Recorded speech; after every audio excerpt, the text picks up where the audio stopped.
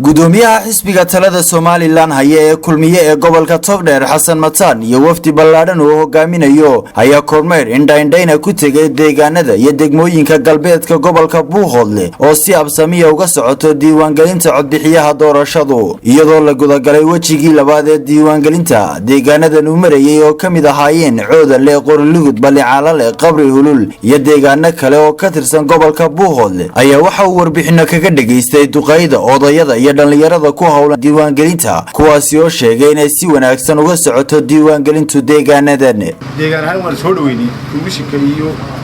qoladan doorashooyinka iyo darawalinta iyo dhammaan deegaanaha waa ka hawlgalay aniguna waxaan doonayaa sidaan ula shaqeeyaan runtii aan wada shaqeyno oo dadkii iyagoo runtii qaarartayna markay ku jirka iyaga la xidhin wixii warbixinaya halkan ka jiray diiwaangelintan ama goobahan ka jiray odayada ka warbixiyay meel hadday shaqa ka socoto kale caqabadana way imanayaan caqabada dabiiciyeena way imanayaan kuwo maaragtay aan dabiiciyeena way imanayaan oo farsamahan si kale u imanayaan way imanayaan waxaan leeyahay horta marka hore deegaanka iyo komishanka iyo ciidamada ay martida in qolo waliba wixii shaqadeeda ay tixgeliso oo ay ilaaliso aba yaraatee laba qof oo wada hadlayana allaha ka dhigee wax qalaanqala iyo isriixriix iyo waxyaalo noocaas ah kama dhicin iyadoo taas waa waxaan u hambaleynayaa qolada diiwaangelinta komishinka iyo muraaqibiinta iyo dadweynaha caawinayaba gudoomiyaha xisbiga talada dalka haya ee kulmiye Xasan Matan ayaa isaguna dhankiisa fariin waana iyo wax sheegba ku wargeliyay dadweynaha deegaanadan isagoo kula dardaarmay in muddada hadhay ay dadku ka faa'iideystaan diiwaangelinta codbixiyaha aniga oo gudoomiyaha xisbiga kulmiye gobolka Togdheer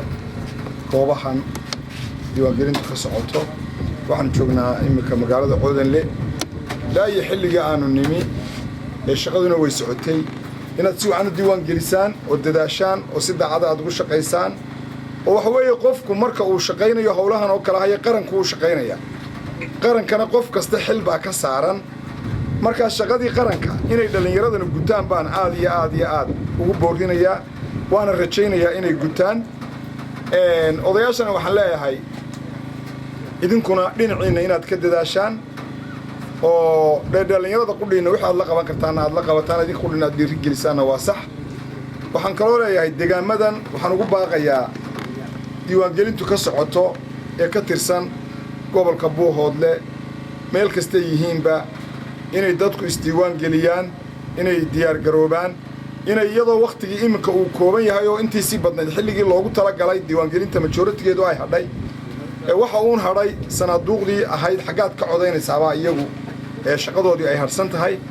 marka waxaan leeyahay meeshay doonaan ha joogaan gobolka Togdheer oo dhan marka la yiraahdo cidii aan isdiiwaan gelin degmo kasta ha joogaan